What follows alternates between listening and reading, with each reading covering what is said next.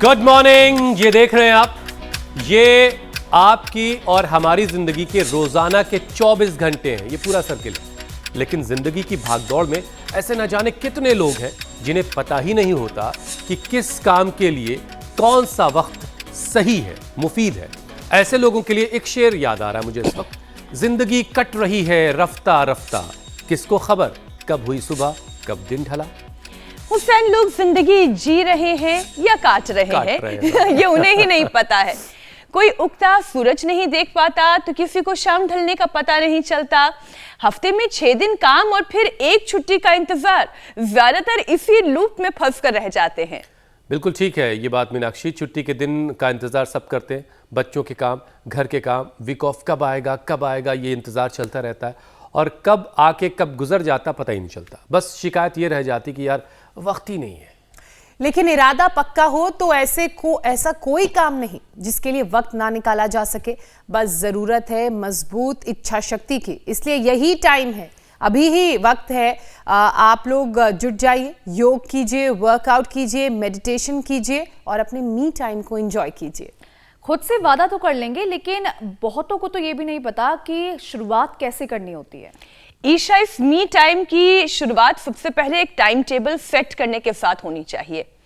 कब उठना है, कब योगाभ्यास करना है, कब खाना खाना है, दिन के 24 घंटे में क्या क्या करना है, ये सब बताएंगे। लेकिन दिन रात का रूटीन तो पहले सेट कराएंगे। बिल्कुल, जैसे सुबह की शुरुआत योग और प्राणायाम के साथ कीजिए, हमारे साथ कर लीजिए, क्योंकि इस वक्त लंग्स फुल कैपेसिटी से काम कर रहे होते हैं। 9 से 11 के बीच में शरीर खाने को एनर्जी में बदलने के लिए रेडी रहता है, तो नाश्ता इसी के बीच कर लीजिए 9 से 11 के दरमियान। ब्रेकफास्ट के बाद वर्क एफिशिएंसी बेस्ट हो जाती है, तो जरूरी काम इस दौरान ही निपटा लें। लेकिन 2 बजे तक लंच जरूर कर लें ताकि दिल को भरपूर एनर्जी मिलती रहे। और फिर इसी तरह से डिनर भी 7 बजे तक कर लीजिए ताकि खाने और सोने के बीच वक्त रहे। इससे लंग्स, पेट और जो आपकी पेल्विक मसल है वो खुद को रिचार्ज करेगी, रीऑर्गेनाइज करने का मौका उसे मिलेगा। और 11 बजे से पहले बिस्तर पर आ जाएं, क्योंकि साउंड स्लीप 11 से 1 के बीच ही आती है। तो आज देखिए मकर संक्रांति का मौका भी है। इस मौके पर आप खुद से इस रूटीन को फॉलो करने का वादा कर लीजिए और वादा निभाने का भी वादा कीजिएगा जरूर, क्योंकि आज दिन तो है ही परिवर्तन का। अब स्वामी जी देखिए हमें नजर आ गए। स्वामी जी प्रणाम। प्रणाम स्वामी जी। स्वामी जी, मामला इच्छा शक्ति का बड़ा गड़बड़ हो रहा है लोगों का। मकर संक्रांति की शुभकामनाएं। बहुत बहुत प्रणाम आपको भी। देखो मेरे साथ इधर हमारी बेटी मधुर और हमारी श्रद्धामयी योगाचार्य बहनें बेटियां कितना अच्छा एडवांस योग कर रही हैं। इधर हम तारासन, तिर्यक ताड़ासन, वृक्षासन और सूर्य नमस्कार कर रहे हैं। हमारे डॉक्टर नीरज जी वो कपालभाति अनुलोम विलोम कर रहे हैं। और आदि सी हमारी छोटी योगिनी भी सुबह से मेरे साथ जमी हुई है 5 बजे से, वो भी पूरा नकल और नाटक कर रही है योग का।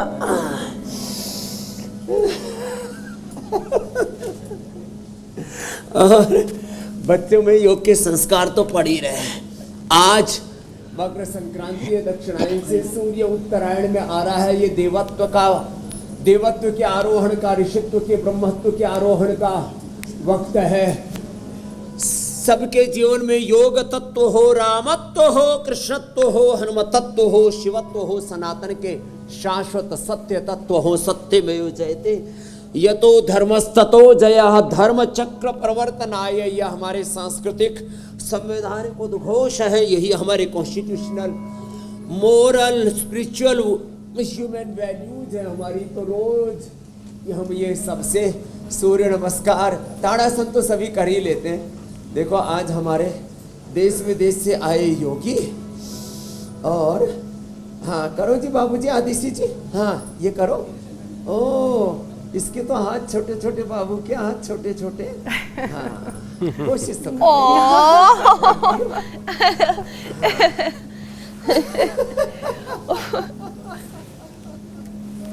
लेकिन इसको यह है कि इसको योग करना है। ए बाबू ये करो, इरादे बड़े हैं। अब अगर अभी से स्वामी जी इस बच्चे के संस्कार जरूर पढ़ते हैं बच्चे। हाँ, अभी से अगर इसने ये सारी चीज़ें देखी और अपनी ज़िंदगी में शामिल कर लिया तो फिर तो कहना ही क्या है। इसीलिए चलो ऐसी ये करो चीजें बाबू, देखिए, उल्टे लेटो ऐसे ये। परिवेश में ये तो रहिए जहाँ से करेंगे। आपको अच्छी चीजें सीखने ऐसे को मिलें। छोटे बच्चों से लेकर के ना बड़ों तक के जीवन में अब ऐसे संस्कारों का आधान करना है। हाँ, हमारे तगड़े वाले भाई साहब भी लगे हुए हैं। इन्होंने एक रामदेव अपने पेट में छिपा रखा, क्या नाम है? नवीन शुक्ला साहब। पंडित जी पूरा माल पानी दबा के बैठे। शुक्ला जी, हाँ करो ये तो स्वामी जी, ऐसे ये सबको माल पानी और 10-20 वर्कआउट, बार से लेके 100 बार तक पहुंचना है। आज इन सारी व्रत चीजों पे लेना है, बात होगी, प्रण करना है। लेकिन जरा पहले योग दर्शकों रोज को करें। ये बता दीजिए आप कि आप इतना सारा योग अभ्यास रोजाना करते हैं, इतना बड़ा एक योग का, आयुर्वेद का पूरा सिस्टम ऑपरेट कर रहे होते हैं, तो आपके पास वही 24 घंटे हैं या आपके पास कुछ ज्यादा है, कुछ 48 घंटे हैं आपके पास? क्योंकि लोग कह रहे हैं उनके पास टाइम नहीं है। मैंने अपना टाइम मैनेजमेंट, लाइफ मैनेजमेंट, अपनी प्रायोरिटीज एकदम डिफाइंड वे में, रिफाइंड वे में तय की हुई है। ऐसे करना है, कब क्या करना है, कैसे करना है, उसमें कोई घपलेबाजी नहीं है, कोई उथल पुथल, कोई उसमें किसी भी प्रकार का संशय, भ्रम भ्रांति नहीं है।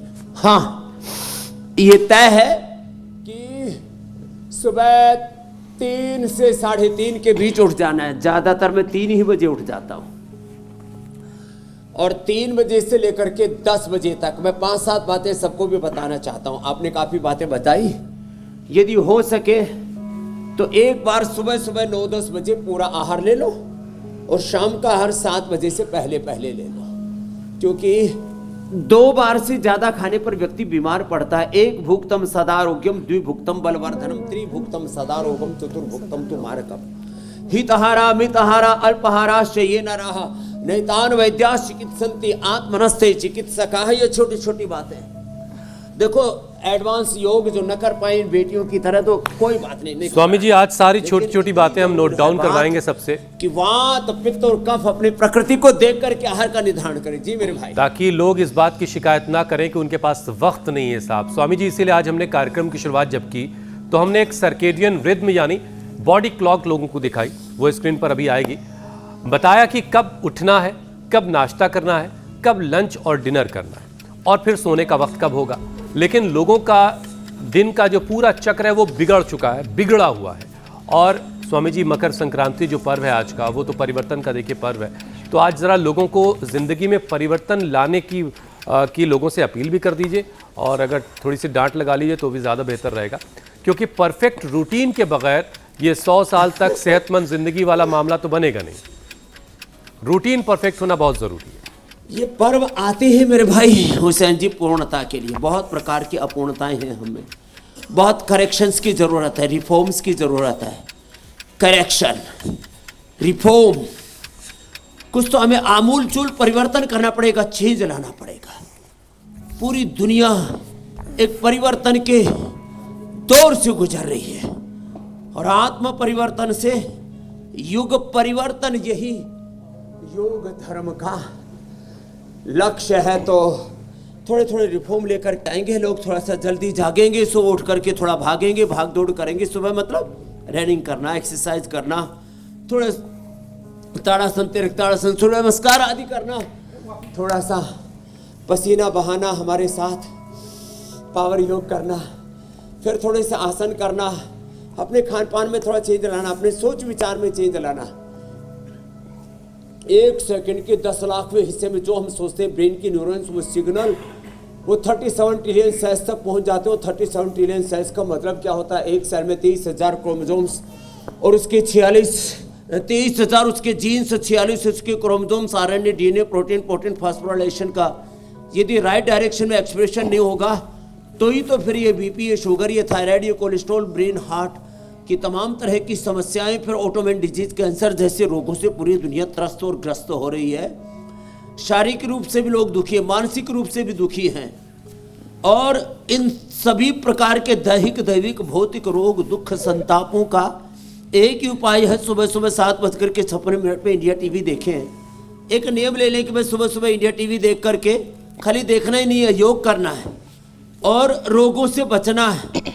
रोगों को जो हो चुके उनको मिटाना, रोगों के सामने सरेंडर नहीं करना, बीमारियों के सामने, बुराइयों के सामने, किसी भी प्रकार की दुर्बलताओं के सामने हमको समर्पण नहीं करना, झुकना नहीं है। हम लोग ऐसे ही फिसल जाते हैं, पिघल जाते हैं छोटी मोटी चीजें देख करके, क्षणिक आकर्षणों में, प्रलोभनों में। तो डटे रहना। मंडूकासन, योग मुद्रासन, गोमुखासन, ये तो रोज के आसन है हमारे, ये तो रोज करने हैं, लेकिन प्रतिज्ञा लेनी आज। वात पित्त कफ अपने त्रिदोष के अनुरूप हमें आहार तय करना है, विरुद्ध आहार नहीं करना है, जो करना है, जो नहीं करना है, जो खाना है, जो नहीं खाना, न जो सोचना नहीं सोचना, देखना है नहीं देखना, सुनना है नहीं सुनना है, जैसे जीना है और जैसे नहीं जीना है। ये डूज एंड डोंट्स में आज क्लैरिटी लेकर के आएंगे, तभी दक्षिणायन से सूर्य उत्तरायण में आ रहा है। अब मृत्यु लोक से अमरत्व की यात्रा है, मूलाधार से सहस्रार तक अपने चक्रों के ऊर्ध्व आरोहण की, जीवन के ऊर्ध्व आरोहण की, दिव्यता में आरोहण की ये यात्रा है। हायर कॉन्शियसनेस में जीना है, लोअर कॉन्शियसनेस में नहीं जीना। किसी भी किसी भी प्रकार के अज्ञान, अश्रद्धा, अकर्मण्यता में, प्रमाद में तो जीने का प्रश्न ही नहीं। ऐसा अपने तन मन जीवन को हम बनाएंगे तो निश्चित रूप से हमारा देह देवालय बनेगा, नर नारायण बनेगा, और इंसान के भीतर से भगवान का जो पूरा तत्व है, भगवत तत्व है, ब्रह्म तत्व है, वो अभिव्यक्त होगा और हम आत्म विजेता होगा। स्वामी जी, आपकी बातों में हर योग का सार है आज इसको कि पहले अगर अपने ऊपर ध्यान केंद्रित कर लिया जाए, पूरी तरह से फोकस कर लिया जाए, फिर बाकी सारी चीजें अपने आप सही डायरेक्शन में आने लगती है। स्वामी जी, आज सूरज की उपासना का दिन है, नदी तालाब में जाकर लोग स्नान कर रहे हैं, पूजा कर रहे हैं, ध्यान कर रहे हैं, और फिर तिल गुड़ का प्रसाद लेने की ये परंपरा भी है। तो स्वामी जी, योगाभ्यास के साथ साथ हर मौसम में आने वाले ऐसे पर्व और त्योहार का महत्व क्या है? इस तिल गुड़ का महत्व क्या है? स्नान के साथ इस पूजा का महत्व क्या है? तो सेहत के लिहाज से भी इसे समझाएं। और फिर अब ये जो हमारे सारे त्योहार है ना, दरअसल असम में बिहू भी प्रथमा संस्कृति ही विश्वारा, पीहू जी, पीहू, पोंगल, और ये सब का ये प्रकृति के उत्सव है। तो इस समय जो तिल हमारे खेतों में आए, जो गुड़ हमारे खेतों में है, उसको हम प्रकृति का में पहले उसकी आहुति देते हैं। इसी को हम कल लोहड़ी के रूप में मना रहे थे। मकर संक्रांति पर दान करते हैं, पुण्य करते हैं, स्नान करते हैं, ध्यान करते हैं, और जीवन में ऊर्ध्व आरोहण पाने के लिए ऊंचे संकल्प करते हैं, रिजोल्यूशंस लेते हैं, प्लेज करते, ओथ, व्रत, संकल्प, एक प्रतिज्ञा करते हैं। व्रतेन दीक्षाम आपनोति, दीक्षा आपनोति दक्षिणाम, दक्षिणा श्रद्धाम आपनोति, श्रद्धया सत्यवाप्यते। तो हमारे जीवन में सत्य की प्राप्ति के, एक है भौतिक सत्य, एक है पारमार्थिक सनातन शाश्वत सत्यों की प्राप्ति और उपलब्धि के जो विधि विधान है, वो इन पर्वों से संपन्न होते हैं। माघ मेले में इस समय तपस्या के लिए प्रचंड ठंड में भी त्रिवेणी के उपसंगम पर बड़ा मेला लगा हुआ है, और एक तरह से हमने जीवन के नाशवान भौतिक क्षणिक इस पूरे मायावी तंत्र से, मोह माया से ऊपर उठ करके जीवन के जो शाश्वत सत्य हैं उनकी खोज की है, और उन्हीं का पर्व है ये मकर संक्रांति। उन्हीं शाश्वत सत्यों की उपासना का पर्व है। तो दैवी संपद को, नवधा भक्ति को, हमारे जीवन में जितने भी सद्ज्ञान हैं, सद्भाव है, सद्गुण है, सदाचरण है, सत्य का आचरण है, धर्म न्याय का आचरण है, उसको अपनाने का दिन है। तो आसन भी करें, प्राणायाम करें, ध्यान करें और दान करें। हमारे यहाँ तो उपनिषदों में 3 अक्षरों में ही सारा तत्व कह दिया गया। द दया करो, किसी के ऊपर किसी को सताओ मत, किसी को पीड़ा मत दो। दयत्वम, दमनम, अपने शरीर, इंद्रियों और मन पर दमन करो, जो है भय को मत। और दय दानम, दय दानम, दय दयध्वम और दय दमनम। देव, असुर और राक्षस सब प्रजापति के पास में गए। ये कथा आती है हमारे छांदोग्य उपनिषद में, और का तात्पर्य ये है कि सबको कहा, मनुष्यों को कहा, तुमको जीवन में आगे बढ़ना है तो दय, तुम दानम, और देवताओं को कहा दय दमनम, और असुरों को कहा दय दयध्वम, और सबका कल्याण हो गया।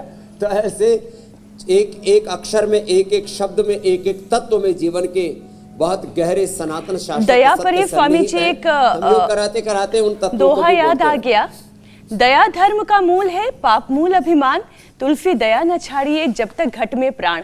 तो जब तक इस शरीर में प्राण है तब तक दया भी रखनी है और अपनी इंद्रियों पर नियंत्रण भी रखना है। जहां दमन की आवश्यकता है वो दमन भी करना है। तो स्वामी जी, मौसम कोई भी हो, शरीर को चलाने का और मन को चलाने का तरीका एक ही होता है सेहत पर। लेकिन स्वामी जी, मौसम का असर भरपूर होता है। इस वक्त पहाड़ से लेकर मैदानी इलाकों पर हर जगह कड़कड़ाती हुई ठंड पड़ रही है।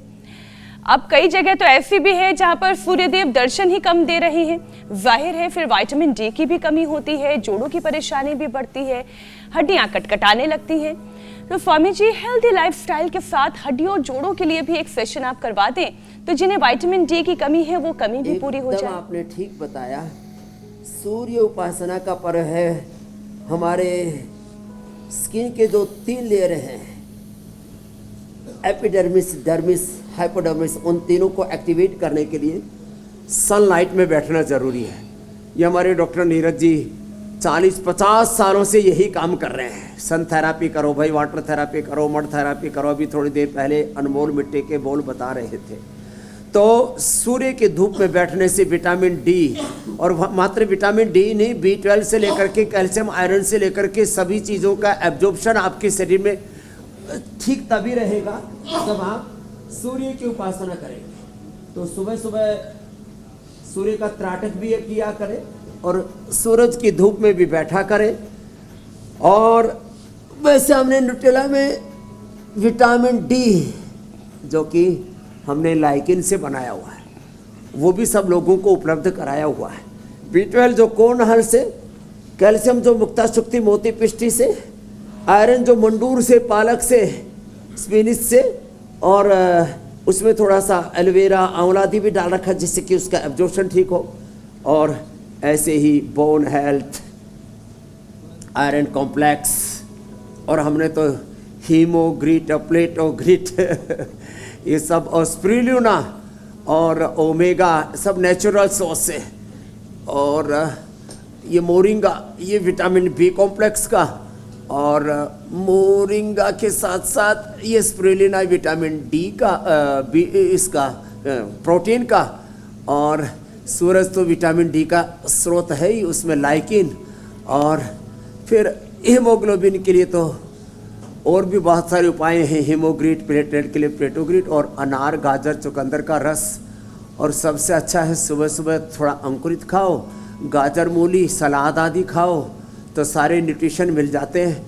विटामिन डी की कमज़ोर होने से और कैल्शियम की, फास्फोरस की कमज़ोरी होने से फिर हड्डियां अंदर से भुरभुरी हो जाती हैं। उसको ठीक रखने के लिए जो बहुत ज़रूरी है, एक तो सूरज की धूप में बैठना, और फिर हड्डियां कमज़ोर हो जाएं तो फिर जो है थोड़ा, अब इतने कठिन तो योग न कर पाएंगे, लेकिन फिर जी भी स्वामी जी, जिनसे बन पाए वो मधु जी के साथ और हमारी ये जो योगाचार्य बहनें योग करें, इनके साथ थोड़ा सा सीख के धीरे धीरे अपने आप को मजबूत बनाना पता लगा। नहीं तो जरा जोर से मोड़ दिया, हड्डी टूट गई।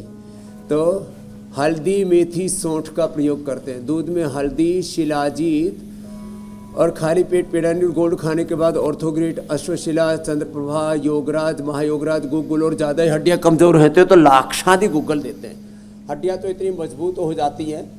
तो ट्रेडिशनल औषधियों में चंद्रप्रभा, गोक्षर आदि, त्रयोदशांग, योगराज, महायोगराज, गुग्गल आदि, और research and evidence based medicine में पिडानिल गोल्ड, ऑर्थोग्रेट, और घरेलू में तो एलोवेरा, गिलोय, पारिजात, निर्गुंडी, सहजन, 5 चीज़ों में से जो भी 2-3 चीज़ें उपलब्ध हो जाए उसी से ही अर्थराइटिस का पूरा खात्मा हो जाता है। सब केवल मेथी अंकुरित खाने से, केवल एलोवेरा पीने से, केवल गिलोय पीने से, केवल निर्गुंडी, केवल पारिजात, हर श्रृंगार जो समुद्र मंथन के समय निकला था कहते हैं, इससे भी पूरी सेहत अच्छी हो जाती है। तो हड्डियाँ अब सबकी फौलादी रहेंगी।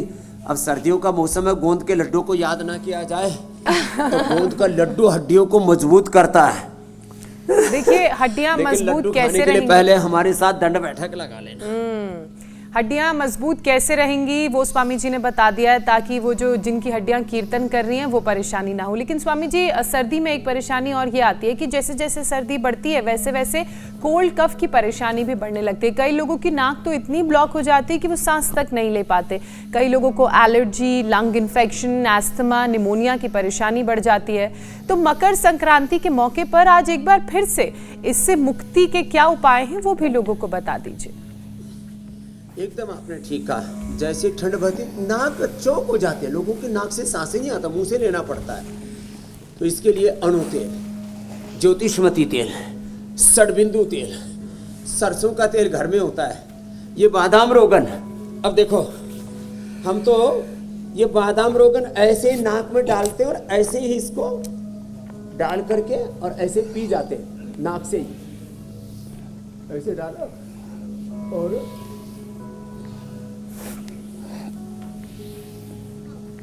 कंठ तक उतर आता है। हेलो, हो गया नाक साफ।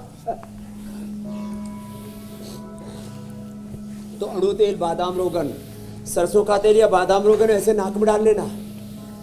थोड़ा ये इम्यूनोग्रिट गोल्ड, ये कर्क्यूमिन गोल्ड, स्वर्ण शिलाजी, च्यवनप्राश, कोलेजन प्राश, बच्चों के लिए बाल प्राश, ये खा लेना।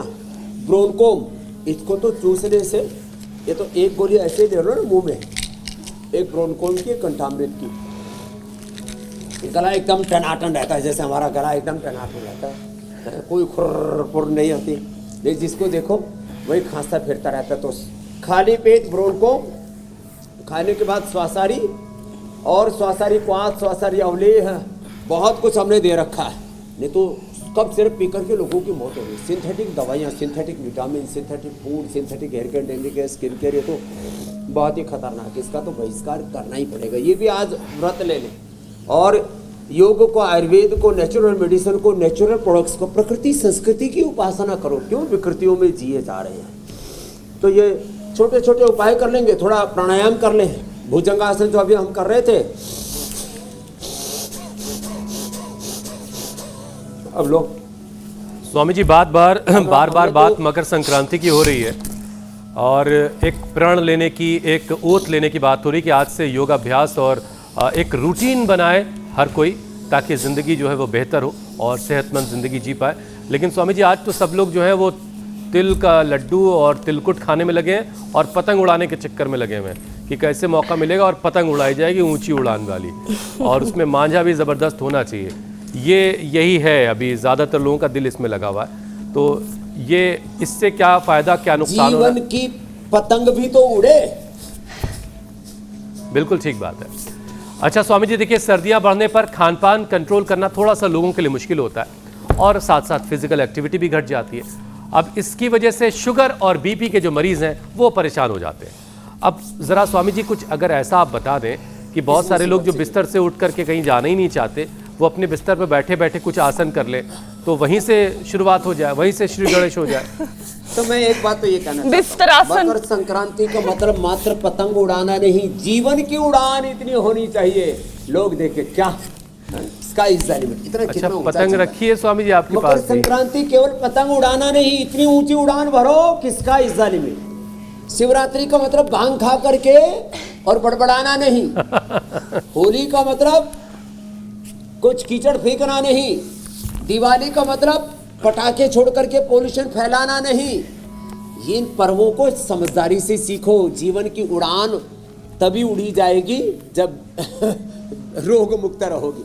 बीपी बढ़ा हुआ है, शुगर बढ़ा हुआ है, अब उसका बीपी इतना बढ़ गया कि जीवन को ही उड़ा ले बैठा। Brain stroke, heart attack, kidney failure हो गया। तो मुक्तावटी ले, लौकी के जूस या लौकी के सूप के साथ मुक्तावटी ले, खाली पेट। खाने के बाद बीपी ग्रिट ले। अनुलोम विलोम तो हमारे डॉक्टर साहब लगातार करने में लगे हुए हैं। चलो सब भ्रामरी करो, ये बड़ा जबरदस्त है।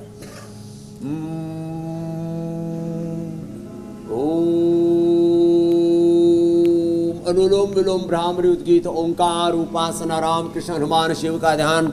ओम नमो अरिहंताणम, ओम नमो सिद्धाणम, ओम नमो आर्यरियणम, ओम नमो उच्चायणम, ओम नमो सबसावणम। एक ओंकार सतनाम बुद्धम शरणम धम्मम संघम शरणम योगम वेदम शरणम गच्छामि। अपने आप बीपी नॉर्मल, मंडूकासन, शशकासन और मरकट आसन करने से। और मंडूकासन और ये पवन मुक्त आसन, ये तो शुगर के लिए भी बड़ा अच्छा है। शुगर के लिए मधुनाशिनी मधुग्रिट ले लें, खाली पेट मधुनाशिनी खाने के बाद मधुग्रिट, अश्वशिला, ये सब ले लेते हैं ना। और खीरा, करेला, टमाटर का जूस, उसमें थोड़ा आंवला, थोड़ा गिलोय, थोड़ा सदाबहार, चिरायता, कुटकी, गुड़मार, विजय सार थोड़ा सा प्रयोग कर लेते हैं। अंकुरित मेथी आदि ले लेते हैं थोड़ा। Sugar 100% normal. देखो पेन क्रिया कपाल भाती से, स्वामी जी बहुत सारे लोग लिख रहे हैं कपाल भाती के साथ कि वो भी 100% आपके साथ अभ्यास करना शुरू कर देंगे। बस जरा सारे रूटीन तो आप ठीक करवा रहे हैं, अच्छा रहेगा। बस जरा पतंग उड़ाने का सही समय स्वामी जी क्या जरा वो भी बता दीजिए। और आज आप भी पतंग उड़ाने वाले हैं क्या?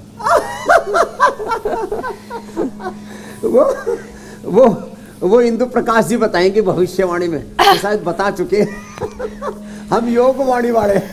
नहीं स्वामी जी, मगर लोगों को ये तो बता ही है। दीजिए कि पतंग उड़ाने के सही समय के अलावा सही धागे से पतंग उड़ाना जरूरी है। वो चाइनीज मांझे का इस्तेमाल नहीं करना है। हाँ, नहीं तो पता लगा कोई मोटरसाइकिल पे जा रहा था, कोई साइकिल पे जा रहा था राहगीर, और उसका गला कट गया। अब दूसरे की पतंग काटने के चक्कर में अपने दूसरे का गला काट दिया उस माझे में। फिर वो जो है बहुत ही ऐसे धारदार कुछ ऐसी चीजें लगाते हैं जिससे कि कांच का दूसरों की बुरादा। पतंग काटने के चक्कर में गले काट देते हैं। ऐसी ये इस पर तो देश में प्रतिबंध लगना चाहिए। ये बड़ा खतरनाक है ये तो स्वामी जी बिल्कुल नहीं प्रतिबंध, होना। लेकिन फिर भी कहीं ना और कहीं से जहाँ लोगों के सड़कों हाथों के ऐसे किनारे पर जहाँ से मांझे राहगीर मिल जा जाते रहे हो हैं। वहाँ पतंग नहीं उड़ानी चाहिए। ये बात तो मैं पक्का कहूँगा। अच्छा स्वामी जी, शुरुआत हमने आज मी टाइम के बाद एक से चीज भी मीनाक्षी की थी। इसमें रह गई है। स्वामी जी मांझे के खिलाफ एक बड़ा सा अभियान तो चल ही रहा है, लेकिन छोटी मोटी दुकानों पर बहुत सारे छापे पड़ रहे हैं। हमारे अधिकारियों को शायद इस पर ज़्यादा ध्यान देना चाहिए कि जहाँ से ये इम्पोर्ट होके आ रहा है वहीं पर रोक दें तो ये दुकान तलाश नहीं करनी पड़ेगी। अब मी टाइम पे आ जाते हैं। हाँ स्वामी जी, बात मी टाइम की है, यानी मेरा समय जो सिर्फ मेरा है, उसमें किसी और का दखल नहीं है। इसमें डिजिटल ओवरलोड कम हो जाता है, एक मेंटल ब्रेक मिलता है, तनाव घटता है, और ये अपने आप को खुद से जोड़ने के लिए आपको समय देता है, जो फिर आपकी फोकस बढ़ाने में हेल्प करता है, क्रिएटिविटी बढ़ती है। लेकिन लोग ये शिकायत करते हैं कि उनके पास वक्त नहीं है। आप इतना बिजी रहते हैं, देश विदेश में यात्रा करते हैं, सुबह से लेकर रात तक लगातार आप परिश्रम करते रहते हैं, फिर भी आप अपने लिए वक्त निकाल लेते हैं। तो ये मी टाइम का फॉर्मूला आपके लिए क्या है? तो देखो एकदम आपने ठीक कहा, और लोग उड़ाना भी देते रहते। मैंने सबके लिए वक्त दिया, पति के लिए, पत्नी के लिए, बच्चों के लिए, माता पिता के लिए, सास ससुर के लिए, बिजनेस के लिए, व्यापार के लिए, परिवार के लिए, अपने लिए वक्त नहीं दिया। तो इसमें तीन बड़ी बात है। एक तो ये जो अपने time management, life management, priorities हम तो तय नहीं कर पाते। तीन शब्द बोले, time management, life management total, और प्रायोरिटीज।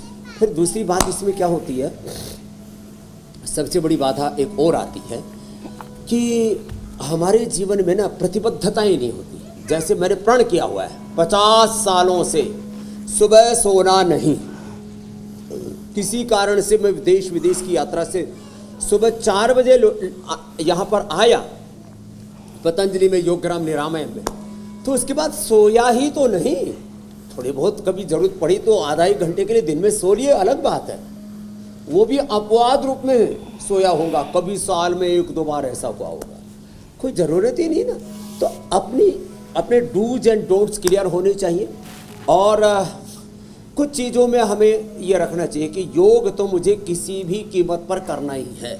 जैसे स्नान जरूरी है, जैसे ब्रश जरूरी है, जैसे जीवन के लिए खाना जरूरी है, जैसे सोना जरूरी है, वैसे ही नहाना जरूरी है, ऐसे योग करना जरूरी है। तो एक तो ये हम अपने जो प्रायोरिटीज है उसमें सबसे पहले योग को रखें, सबसे पहले हेल्थ को रखें। मैं देखता हूँ लोग सब कुछ भूल करके ना वेल्थ क्रिएशन के चक्कर में बीपी बढ़ गया, शुगर बढ़ गया, कोलेस्ट्रॉल बढ़ गया, क्रिएटिनिन लेवल बढ़ गया, और अब तो बात ये आ गई कि लिवर किडनी गड़बड़ा गए, एसएलईएमएस, ऑटोइम्यून डिजीज और कैंसर जैसा रोग हो गया। बोला अब क्या करें? सारी जिंदगी की कमाई दवाई में गई। पहले ऑपरेशन हुआ, फिर रेडिएशन कीमो हुआ, पहले दवाइयाँ खाई, फिर उनके साइड इफेक्ट हुए, डिजीज और डिजीज की कॉम्प्लिकेशंस, मेडिसिन के एडवर्स इफेक्ट्स, और पूरी जिंदगी उसमें जहन्नुम बन जाती है, जिंदगी पूरी नर्क बन जाती है। स्वामी जी एक चीज इसमें और जरा सा साफ कर दीजिए, बनाना है, जीवन को स्वर्ग बनाना है। समय बहुत तेजी से जा रहा है। ये मी टाइम एग्जैक्टली है क्या? ये मी टाइम खुद बैठ करके फोन को स्क्रॉल करना है, रील्स देखना है? ये मी टाइम योग एक्सरसाइज का जो टाइम है वो भी मी टाइम ही होगा या ना, ये मी टाइम का डिजिटल फास्टिंग, सबसे डिटैच, दो शब्द हैं हमारे यहाँ पर हुसैन भाई, विरति, सबसे डिटैच हो करके अपने सेल्फ से, अपने स्व से, अपनी निजता से, अपने जड़ों से, अपने स्वरूप से जुड़ना। तो ये तो बहुत सारे लोगों को गलतफहमी है कि मुझे टाइम नहीं मिलता कि मैं फोन देख पाऊँ, मुझे टाइम नहीं मिलता कि मैं कुछ कर पाऊँ। संसार से डिटैच होना ये भी टाइम।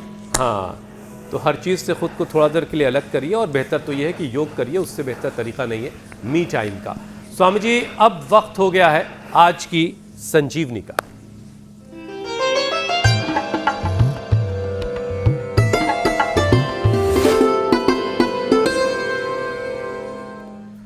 तो रोज़ाना संजीवनी के लिए बहुत सारे वीडियोस आते हैं, हमारे लिए बड़ा मुश्किल भी होता है इन वीडियो में से कोई चुनिंदा वीडियो निकाल करके स्वामी जी आपके सामने लाना। आज का जो वीडियो है वो गुजरात से चेतना शाह ने भेजा है। मैं आज जो उपाय बताने जा रही हूँ वो डाइजेशन एज वेल एज हमारे हेल्थ के लिए ओवरऑल बहुत ही अच्छा है, और ये है मेथी एंड जीरा का टी। तो हाफ टी स्पून मेथी लिया मैंने, एंड होल मेथी जो आती है येलो कलर की सीड्स, एंड जीरा जो होल रहता है वो जीरा half tea spoon, and methi half tea spoon. इसको मैंने अबाउट 250 to 300 ml पानी में मैंने रात भर भिगो के रख दिया था, और आज सुबह मैंने इसको गरम करके इसको बॉईल कर लिया। अबाउट 50 ml तक इसको मैंने बॉईल किया, तो अबाउट 250 ml तक ये बच गया पानी। अब इसको मैं एकदम गरम ऐसे, आज सुबह का मेरा ये टी है, और it's a detox drink as well. तो सुबह मैं और कुछ भी नहीं लेती हूँ, बट ये मैं इसको छान के ऐसे, और हो सके तो इसको मलासन में बैठ के आपको सिप करके पीना है। स्वामी जी मेथी और जीरे का काढ़ा शाह जी ने जो बताया ये बहुत अच्छा है। मेथी का पानी पी लो, चाहे इसका काढ़ा पी लो। ये हमारे डॉक्टर नीरज जी बैठे हुए 50 साल से पिला रहे हैं। जीरा, धनिया, मेथी, सौंफ, अजवाइन 5 मिला ले तो बहुत अच्छा है, नहीं तो केवल जीरा और केवल मेथी का पानी भी बहुत अच्छा है। इधर देखो कितना अच्छा आसन किया, एक बार जोरदार अभिनंदन है। और अभिनंदन है संजीवनी का, अभिनंदन है योग, आयुर्वेद, नेचुरोपैथी की, और सारा संसार लौटे। मकर संक्रांति की सबको शुभ कामनाएं, सबके जीवन में क्रांति आए और सब जीवन में ऊर्ध्व आरोहण पाएं, सारे संसार से डिटैच होकर के अपने स्वरूप से अपने अधिष्ठान में, अपनी निजता में जिए। ये मी टाइम का भी आपने बहुत अच्छा आज तत्व लिया। बहुत बहुत प्रणाम, धन्यवाद। प्रणाम। बहुत बहुत शुक्रिया स्वामी जी।